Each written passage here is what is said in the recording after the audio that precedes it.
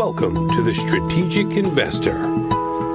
Join us as we interview some of the world's most productive asset managers and uncover sophisticated and unique investment strategies in the markets. Here is your host, Charlie Wright. Hello and welcome to Strategic Investor Radio on OC Talk Radio, where we bring you investment strategies you are not hearing elsewhere.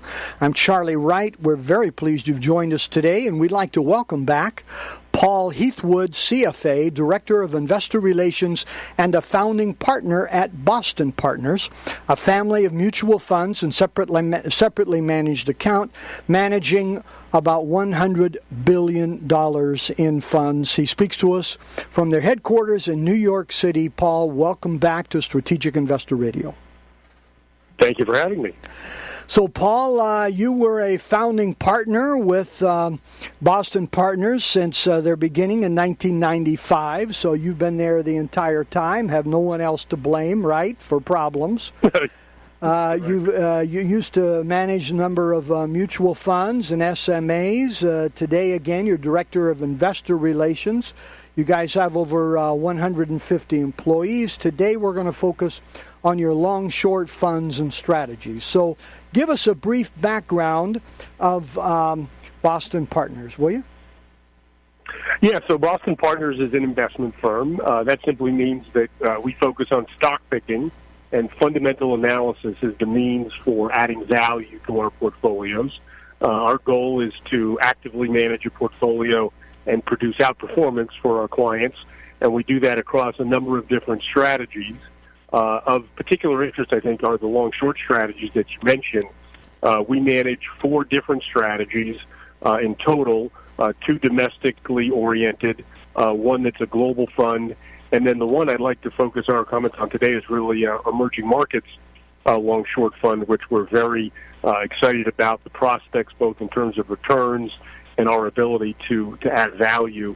In total, we run about $10 billion of that $100 billion in long-short portfolios, principally available in mutual funds that really any investor could buy for about a $2,500 minimum. And we have been involved in long-short investing since 1998. So we've seen a number of ups and downs in the markets, and the portfolios have generally weathered the ups and downs pretty well. So we're very excited about our capabilities there, and I love talking to people about them.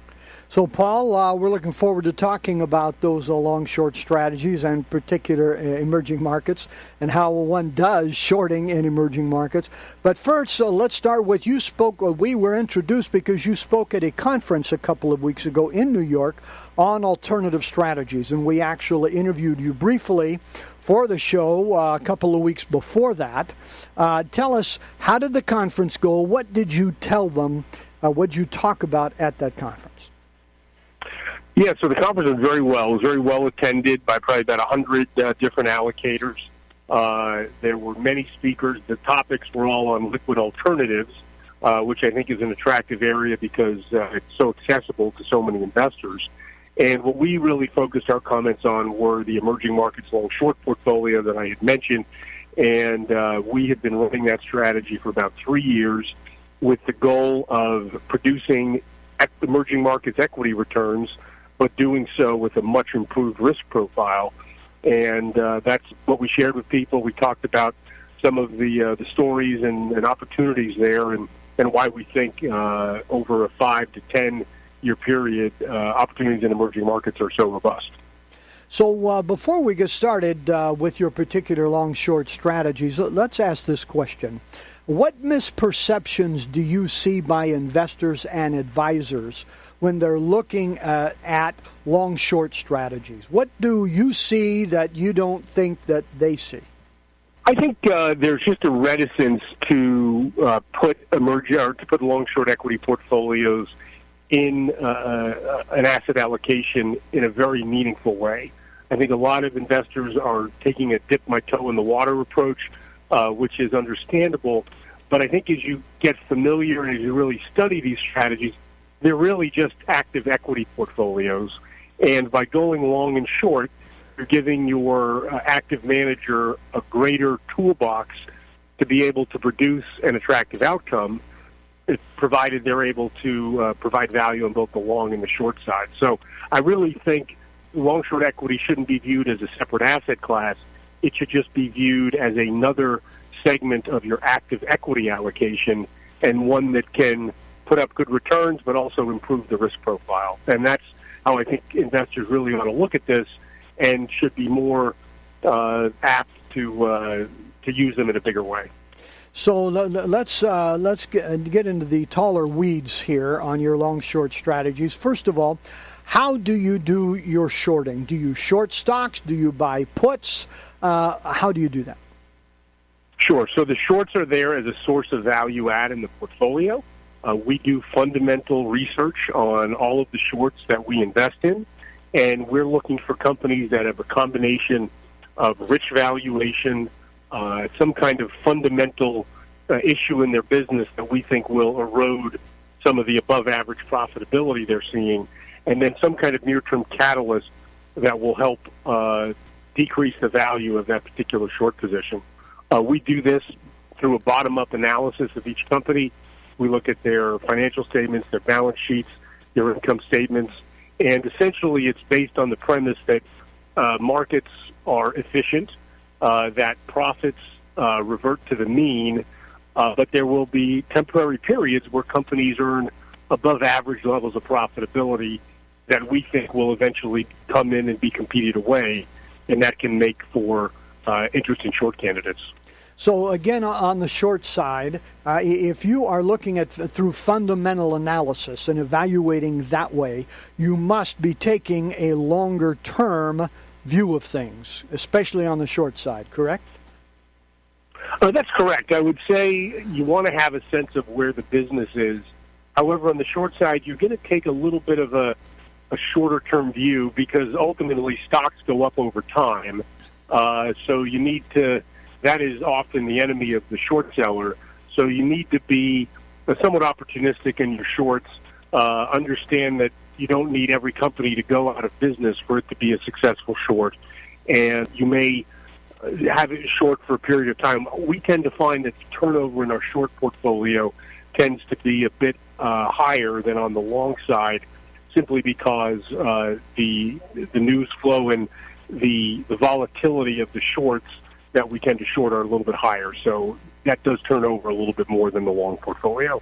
And in a long-short portfolio, again, as no one needs to tell you, there are dozens of these, and every one of them is a little different in their being net long or net short. How do you determine whether you should be net long or net short at any particular time? So we really let the bottom-up opportunities that we see in the market determine our net exposure. So if you think of our portfolio, we always run a fully invested long portfolio. So for every dollar that a client invests with us, we invest that dollar in a portfolio of long positions. And then at the same time, we short a portfolio of short positions, typically between 30 and 70 cents on that dollar. So we'll have a dollar long and let's say on average 50 cents short. So the investor will have a $1.50 worth of exposure, but some of that exposure is going to be based on the long market, and some is going to be based on the short market. And if we can add value on both sides there, we think we're going to give a pretty interesting proposition for clients. Yeah, no question about it, especially in a range-bound market like so many are predicting at this point, that can be a real winner. However, no one, again, I don't need to tell you that long-short strategies have really struggled over the past years. So let's focus a little on your emerging markets, because that is quite rare in the industry. There are tons of domestic long-short strategies and funds, ETFs, mutual funds, strategies of various types, but not many in the emerging markets area. Why are you there, and how do you feel about it? We are there because we see great opportunities. If you look at the growth prospects for emerging markets, they're growing at 5-6% a year, those economies. And that's going to reflect definitely in their capital markets and in the markets that investors can invest in. If you also look at the percent of global GDP that emerging markets contribute. It's about 58% of global GDP, yet their market capitalization is only about 11%.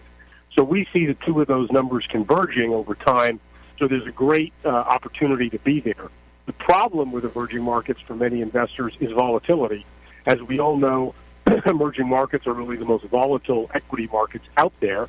Not only do you have specific company risk that you have to deal with, but you have many macroeconomic and global geopolitical concerns as well, which adds a lot of volatility to those markets. Now, we like this volatility as an active manager. It creates great opportunities on both the long and the short side. And based on our work, the inefficiencies there that an active manager can tap into are far greater than in U.S. markets and in developed markets outside the U.S. So we see great opportunity there. And the great thing about a long-short portfolio is it gives you the tools to help manage and reduce that volatility. And that's really where we think the key element of this strategy is that investors can make emerging markets a strategic part of their asset allocation. And by adding a long-short portfolio, that will help you manage the volatility a bit better. You also mentioned that there's nobody else out there that really does this, and that I think is largely true. It is quite a heavy lift to short in emerging markets. In many locales, it's prohibited by law, so you need to have very deep relationships with prime brokers and an ability to get access to stock that you can short in those markets to get that better volatility. So you need to have a lot of experience in long-short equity. You need to have a network of firms that you can tap into and really have a global platform that you can build off of to be able to get enough short borrow and exposure to shorts to effectively do that. So we think actually that's a pretty attractive barrier to entry for other firms and is something that will keep those attractive inefficiencies in that market for some time. Yeah, and I would agree that all sounds logical. So emerging markets have a wide disparity. As we all know, you've got from South Korea and China through Africa and Iraq and other places that are very unstable. Which emerging markets do you guys really like and are you particularly focused on? Yeah, so our principal focus is on the Pacific, Asia Pacific. China is a big market for us, as well as the Asia Pacific. We're doing more and more in India these days. We do work in Latin America and some of the frontier markets, although that is a smaller portion of what we do. Another thing that's really attractive about emerging markets is we have an all-cap strategy, so meaning we're not just owning the big, large bellwether names that investors would be familiar with, like a Samsung or an Alibaba.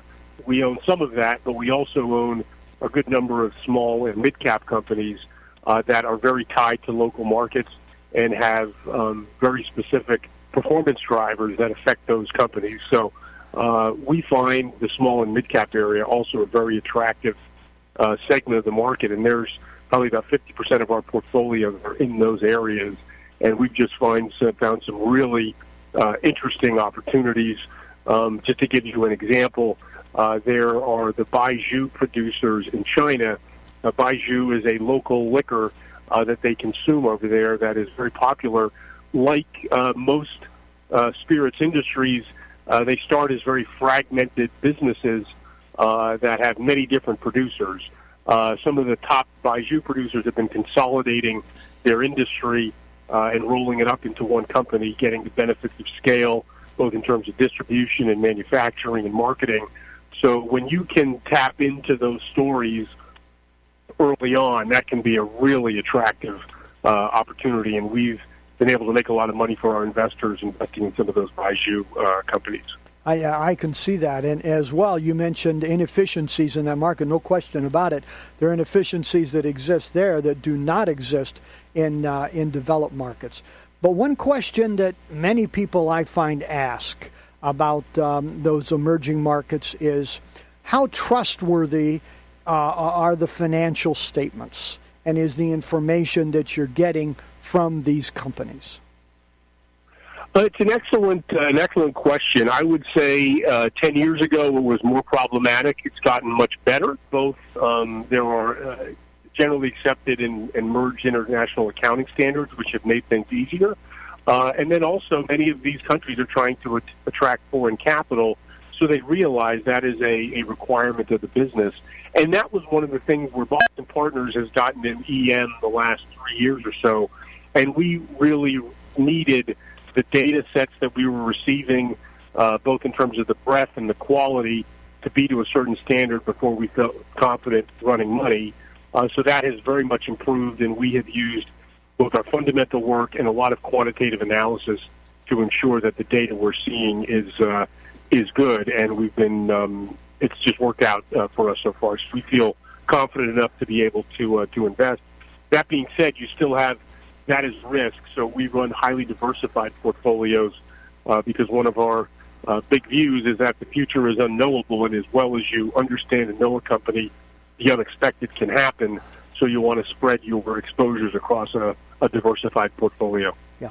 Now, I don't know much about that market, the place, but I've heard that many of those companies are state-owned enterprises. Do you guys invest in those?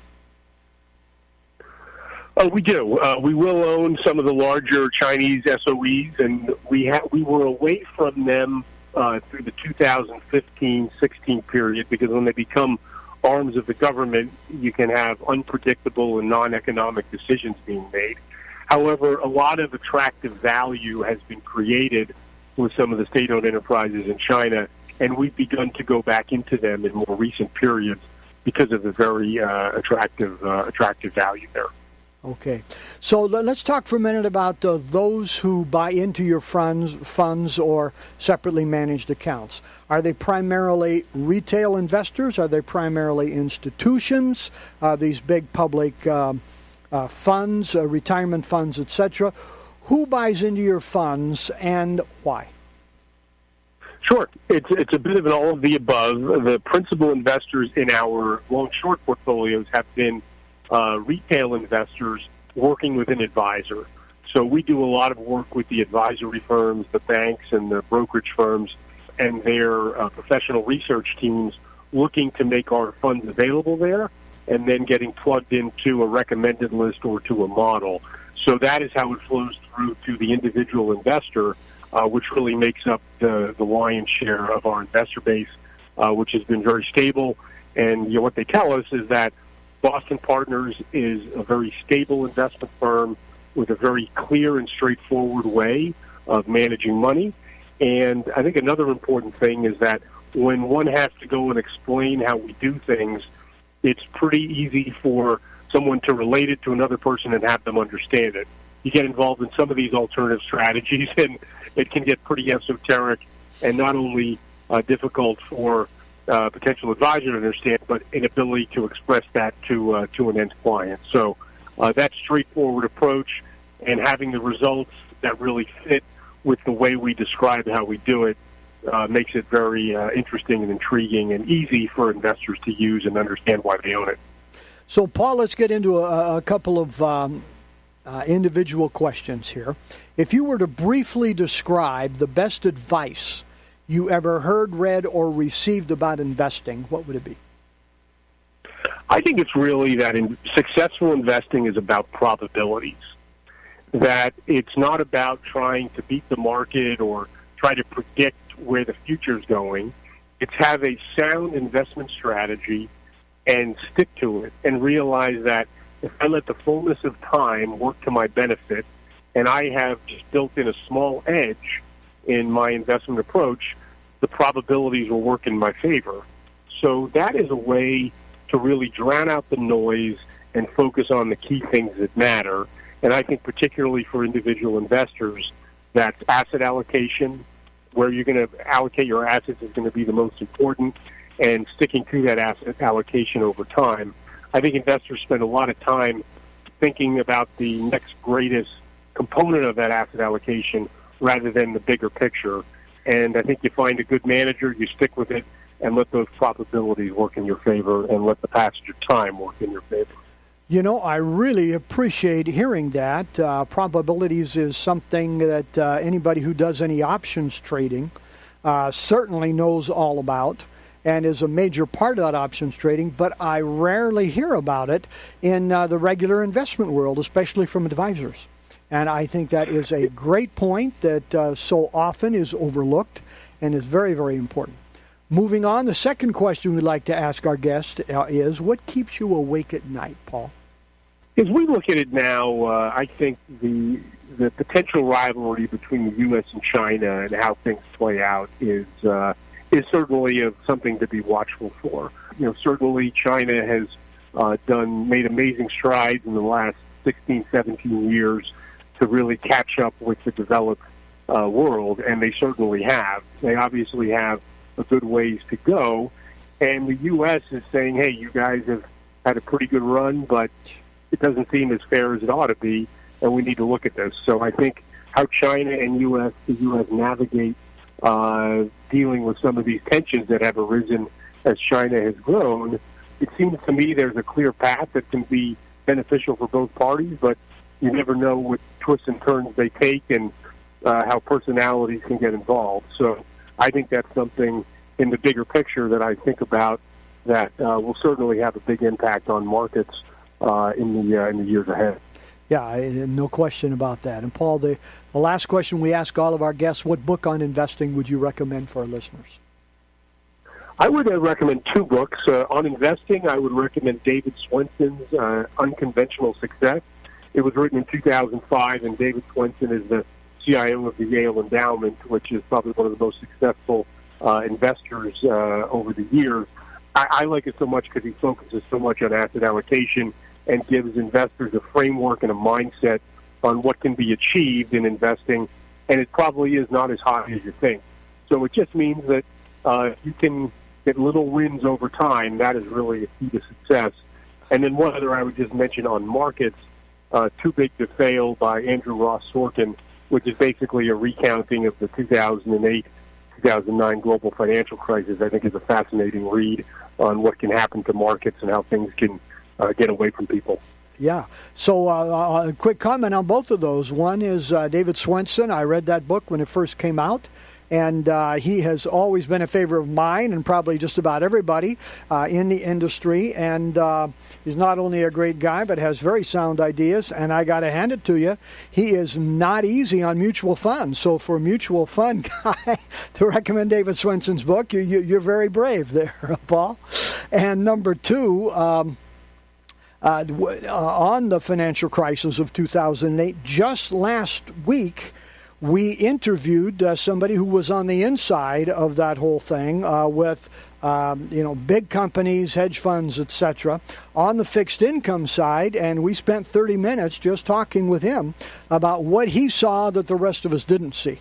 So for you and all of our listeners, we have posted that as of yesterday, and we would love to have you go on there and look at it. You can tell by the title what it's all about, and it's very, very interesting. So give us your website and contact information here, Paul, or where people can go who would like to know more. Our website is www.boston-partners.com, and my email address is Heathwood, that's PHEATHWOOD, at bpartners.com. Very good. Thank you very much. So, Paul, final words for our listeners. No, very much thank you for having me. We're very excited about prospects in emerging markets, and we think a strategy that can allow you to enjoy the growth in those markets, but to do so with less volatility, is a pretty attractive proposition, and one that investors should think long and hard about adding to their asset allocation. And no question about it, you got Boston Partners is one of the few that actually does it. So, Paul, thank you very much for joining us, and our best wishes to you and Boston Partners to continue that $100 billion run here. Thank you. Again, we've been talking with Paul Heathwood, CFA, Director of Investor Relations and a founding partner At Boston Partners, you've been listening to Strategic Investor Radio on OC Talk Radio. We would love to hear from you. info@strategicinvestorradio.com is how you can get a hold of us. And you can go to our website to hear podcasts of any and all of our interviews and shows, strategicinvestorradio.com. I'm Charlie Wright, saying thank you for being with us today and wishing you an enjoyable week and productive investing. Strategic Investor Radio is a production of OC Talk Radio and is provided for educational purposes only. Content of this program and the views of the guests should not be considered as recommendations by OC Talk Radio or investment advice from the host Charlie Wright or any other entity attached to this production. Investors should always consult qualified financial, investment, tax, or legal professionals prior to investing.